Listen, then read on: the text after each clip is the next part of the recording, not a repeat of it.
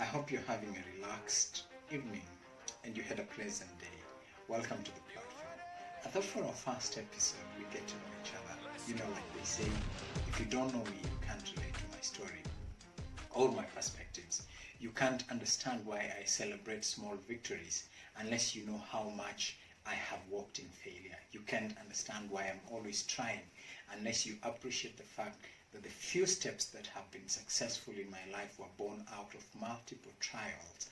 And because I'm looking forward to having a meaningful engagement with you, I thought it is important to allow you have glimpses into my life, tiny snippets of how deep and fulfilling the journey this fair has been. And I hope that you can find time to share your own experiences with me, either through email or on comments as we go along. So I'd like to share about my childhood. My upbringing is at the core of my values and my perspectives, and it shapes my personality. I grew up in rural Western, in a village called Bukadanyi in Busia County.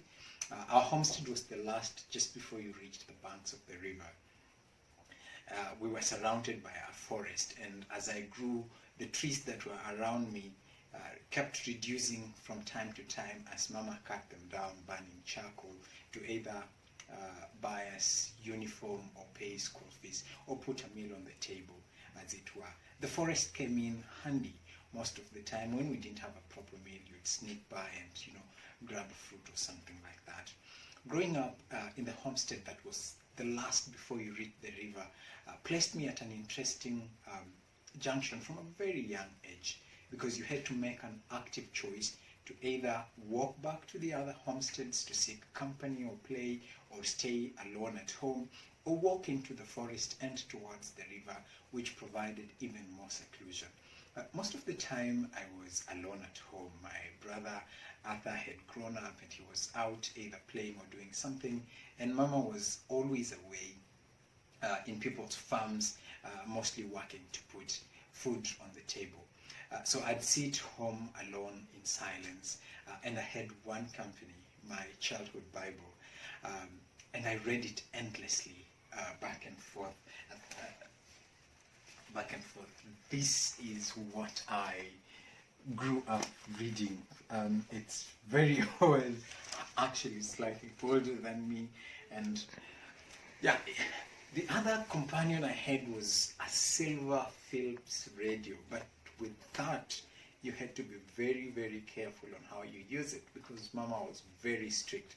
We were only allowed to use it when listening to news, or on Saturdays when Pastor Pius Moiru was preaching, or occasionally Sundays to listen to worship songs. And she was strict on it because it was very difficult to get batteries. Actually, the way I would know the financial situation at home was through which types of batteries we were having. If they were Tiger, things were not so good. If they were ever ready, she had gotten something. And if we had to take used batteries, take them out, dry them in the sun, so that we buy ourselves a few more cycles of news and music, then you knew that things were really, really not going well. We did not afford a meal each day, but I did not know that this was out of poverty, because I didn't have an alternative lifestyle to compare. And the village had its own glimpses of generosity and care and warmth. I'll tell you this story about an uncle of mine called Joseph. So one day I'm walking from school and he notices that my khaki pants are torn, and so he holds my hand and takes me to the uniform lady at the market center to buy me a uniform, and so he pays for the khaki shorts. And as we are walking away, very grateful, the lady calls back, Mama, like, Flora, come back, pick the shirt for this young man too, because I think he deserves to wear his full uniform new, and pay me when you are able. Such occasions were rare, but they came, and they made life in the village all worth it. So I was named after my grandpa, and so my uncles in the village called me Daddy. Folks still use that name up to today, and you will be surprised how that name gave me a bit of advantage, because I would either be called Daddy or Papa in the village. I was very fast on my feet, so I'd be sent a lot, and I delighted in small praises like, Papa will get you that sugar in the next 10 minutes. I was tiny and feeble, and while I didn't cause a lot of trouble, I got into a couple of fights. I remember one with the chief's son that I won, and I think I probably remember it because it was one of the very few victories that I registered anyway. But I largely depended on my brother and cousins for protection. I wasn't athletic, but occasionally I'd be allowed to be a goalkeeper in the village games, and sometimes I'd be allowed to play. I didn't have strength to play for long, but I had a couple of brilliant moves. Not blowing my own trumpet, but I'd get tired very fast because, in part, I grew up with a heart problem. I grew up with a heart problem, and physical work would therefore get me tired and very, very easily. I started interpreting in church when I was in class 4, and that was fascinating. I remember my first day, I learned that the word explosion meant mlipuko. I didn't know, so when the pastor said the word explosion, I was like, huh? So he had to tell me, okay, it means mlipuko, and I think that's why I remember that particular day. We walked daily for about 7 kilometers to school and 7 kilometers back. We swam in the river, and I almost drowned once, I remember that, and I was saved by a gentleman called Moni. And my brother Arthur got into a whooping, mouth whooping. Let me tell you about my life with Arthur, my bro. So anytime we got into a mistake, Mama would be very generous with a couple of lashes, and then after she has given you a spanking, she would ask you to go and pray because she didn't want tough-headed kids around her. So we go and kneel down and start praying, and because I'm very tiny, I really don't know how to pray, form a prayer of my own. I kind of kept repeating what Arthur would say. So he would say, "Dear God," and I'd be like, "Dear God, please help us, please help us." And Arthur would get so upset with me and wonder, "Why are you praying my prayer? Please go away." So anyway, generally I was a very independent-minded kid from a very young age. Sometimes I actually sit here and look back at the things that I did and wonder how I actually managed to do that. So let me give you a couple of examples. When I was 11, I wanted to get circumcised, and I felt, and because I was tiny, I think Mom was not ready to allow me to get circumcised. So I kind of sneaked out to go home, to go out a little bit. She came looking for me.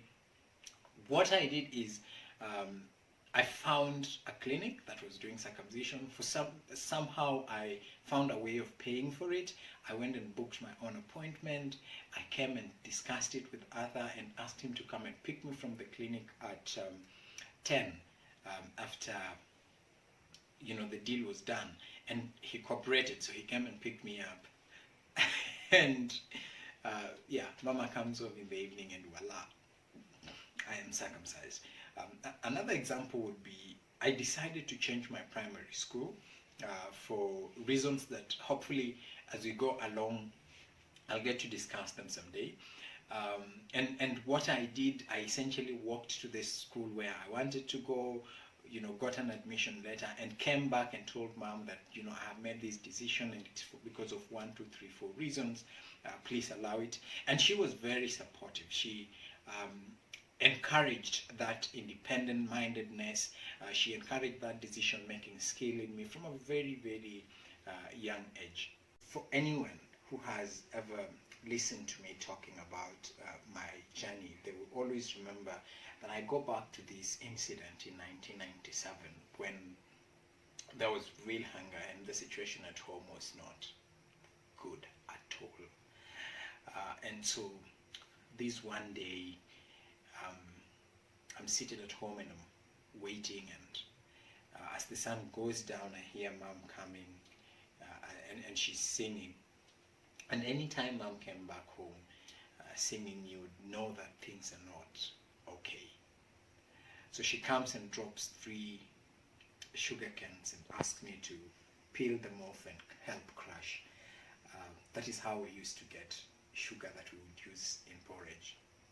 And she proceeded to the kitchen, a grass-thatched hut, to start preparing porridge with the last pint of maize flour that we had that time. And then after a while,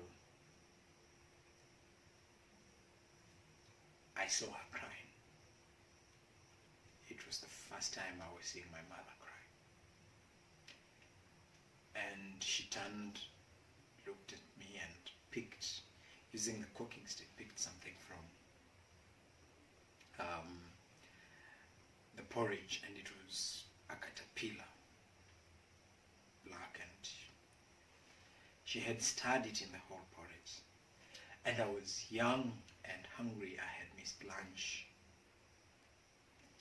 And I looked at her and just told her, "Mom, please allow me to have this." And she looked back at me and said, "No, son. Life is much more important than this day's meal." You know why I keep retelling this story? I keep retelling it because even today, I had to remind myself that life is much, much more important than a day's meal. And so I can face lack and uncertainty, and I can face a bad day because I know life is much bigger beyond this day and beyond the circumstances of now. I can ignore the urge for certain things and focus entirely on the bigger goal, because a lot of our struggles, the most pressing and urgent, are about a day's meal, a day's opportunity, and yet greater chance lies in us realizing that beyond today, that beyond now, we still have a chance at this fight, and that as long as we keep